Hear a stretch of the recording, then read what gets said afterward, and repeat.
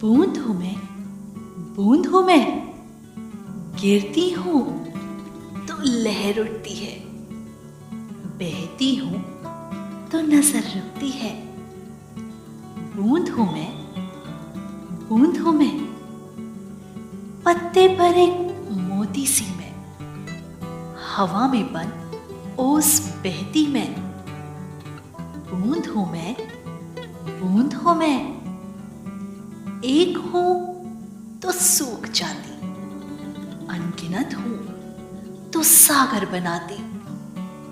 बूंद हूं मैं, बूंद हूं मैं, एक सही या अनेक सही हूं, या कहूं अनेक में एक हूं मैं।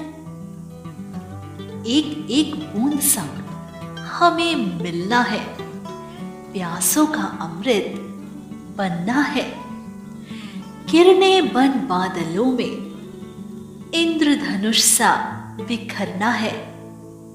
एक में अनेक हैं हम, अनेकों में एक है हम।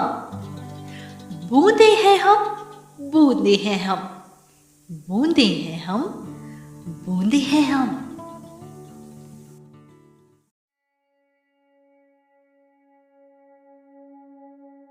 ये कहानी एक पिता और बेटे के टकराव की भी है और जज्बात की भी।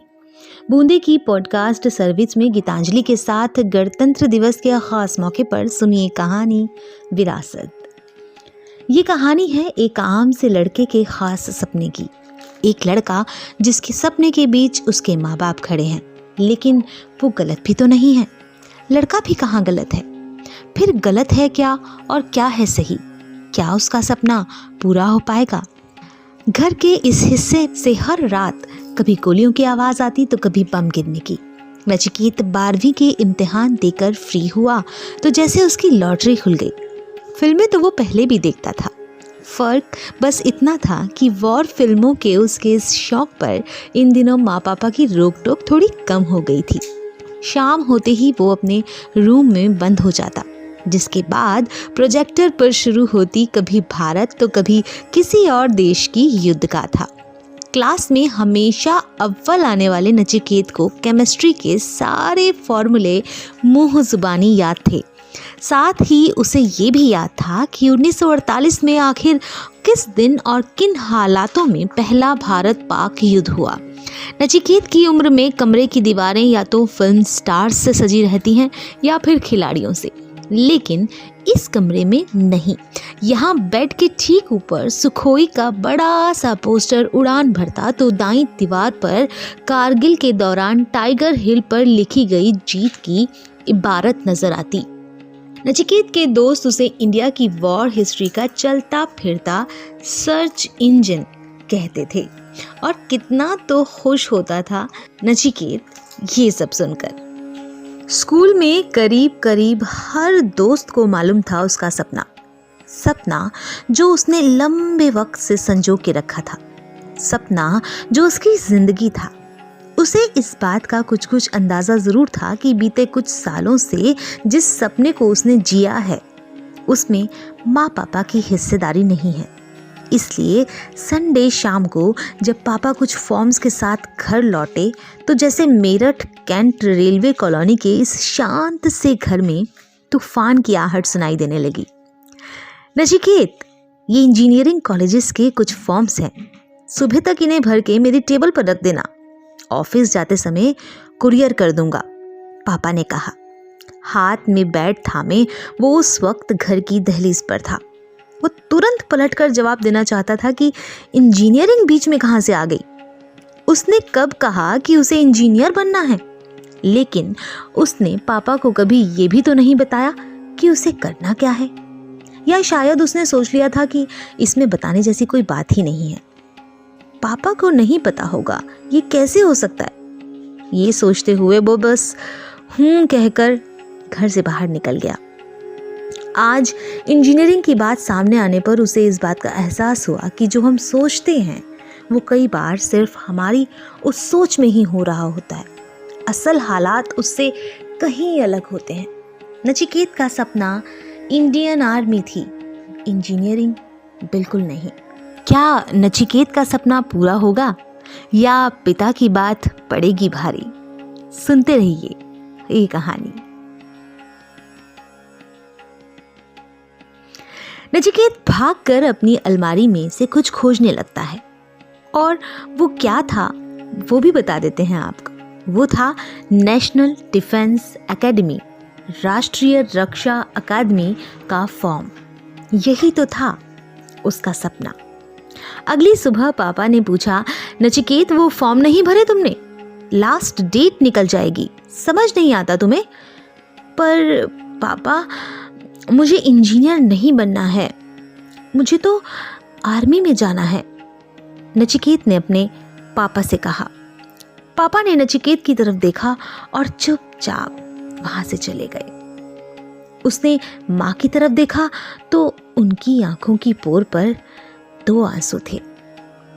पापा के चले जाने के बाद उसने माँ से सब कुछ जानना चाहा।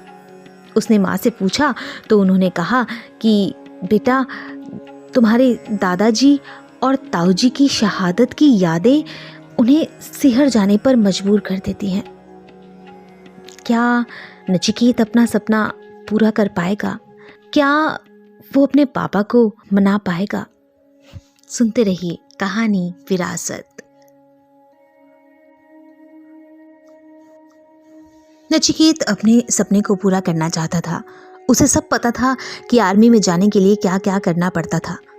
वो स्टोर रूम गया और उसने अपनी विरासत के उस संदूक को खोला जिसमें छिपी थी उसके दादाजी और ताऊजी के आर्मी की सभी यादें।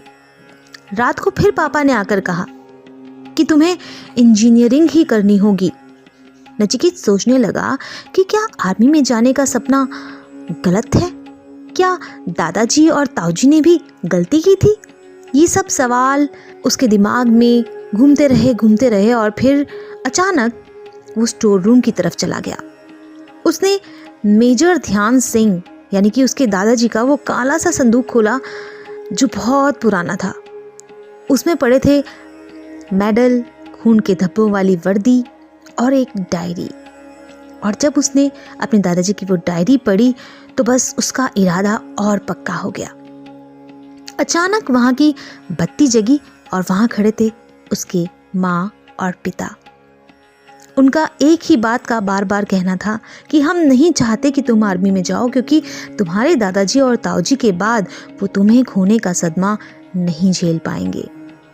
पर नचिकेत कैसे समझाता अपने माँ पिता को कि अगर उसने इंजीनियरिंग कर भी ली तब भी वो रोज मरेगा, क्योंकि उसका मन ही मर जाएगा। इतने में उसे उसके दोस्त जैसे बड़े भाई का फोन आता है। वो बोलता है कि वो कारगिल विजय दिवस पर काम कर रहा है और वो उसकी फैमिली का इंटरव्यू लेना चाहता है, क्योंकि कहीं ना कहीं उसे लगता है कि उसके परिवार को लोग अच्छी तरह नहीं जानते। नचिकेत ने हाँ कर दी, क्योंकि उसे यकीन था कि यदि इस तरह से कोई जर्नलिस्ट घर आकर पूछेगा तो पापा दादाजी और ताऊजी के बारे में बताने से मना नहीं कर पाएंगे। और वही हुआ। अगले दिन अमन अपनी डायरी लेकर घर पहुंच गया, पापा के साथ बातचीत रिकॉर्ड की और एक छोटा सा इंटरव्यू लेकर वो चला गया। उसने कुछ बातें नचिकेत से भी की और अगले दिन अखबार में छपा कि देश के लिए जीने मरने वाले परिवार की दास्तां, बेटे ने भी किया आर्मी में जाने का फैसला। ये खबर पढ़कर पापा सन्न रह गए। 2 दिन बाद घर पर चिट्ठियां आने लगी। लोग उनकी तारीफ करने लगे।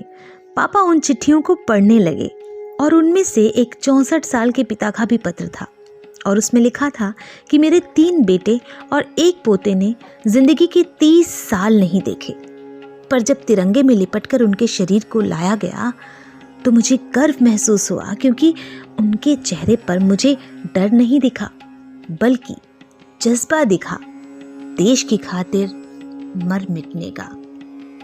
आज वो जज्बा मैंने तुम्हारे परिवार में देखा है। सलाम तुम्हें भी। ये पढ़ते हुए पापा के हाथ कांप रहे थे। अगले दिन खाने की टेबल से उठते हुए पापा ने कहा, नचिकेत वो एनडीए वाला फॉर्म टेबल पर रख दो, ऑफिस जाते हुए मैं कुरियर कर दूंगा।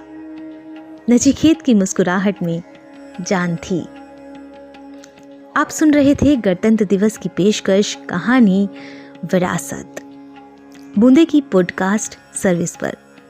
अब गीतांजलि को इजाज़त दीजिए और ऐसी ही और कहानियाँ और जानकारियाँ सुनने के लिए विजिट करते रहिए बूंदे की पॉडकास्ट सर्विस पर। तो दोस्तों, कैसा लगा आपको हमारा पॉडकास्ट? आप हमें ईमेल करके बता सकते हैं।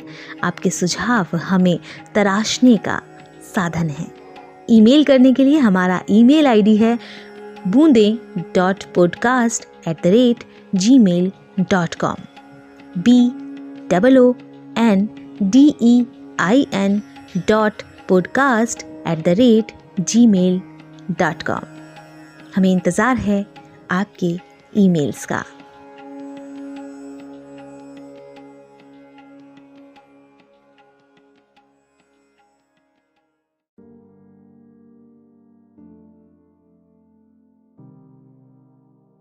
बूंद हूँ मैं, बूंद बूंद बूंद हूँ मैं।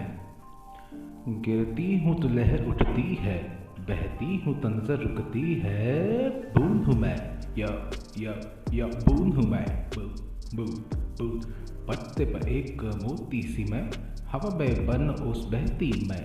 बूंद हूँ मैं, बूंद बूंद बूंद बूंद हूँ मैं, बूंद बूंद बूंद। एक हूँ तो सूख जाती, अनगिनत हो तो सागर बनाती। बूंद हूँ मैं, या बूंद हूँ मैं, या एक सही या अनेक सही हूँ, या कहो अनेक एक ही हूँ मैं। बूंद हूँ मैं, बूंद बूंद बूंद बूंद हूँ मैं, बूंद बूंद बूंद बूंद हूँ मैं, बूंद बूंद बूंद बूंद हूँ मैं। एक एक बूंद संग हमें मिलना है, प्यासों का अमृत हमें बनना है। किरण बने बादल में इंद्रधनुष सा हमें बिखरना है। बूंद हूँ मैं, बूंद बूंद बूंद बूंद हूँ मैं, बूंद बूंद बूंद। एक में अनेक हैं हम, अनेकों में एक है हम। एक में अनेक हैं हम, अनेकों में एक है हम। बूंद है हम, बूंद बूंद बूंद बूंद है हम, बूंद बूंद बूंद बूंदे हैं हम, बूंदे हैं हम, बूंदे हैं हम, बूंदे हैं हम।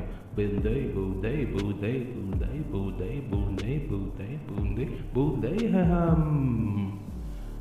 Yo, keep running from what? We are the drops.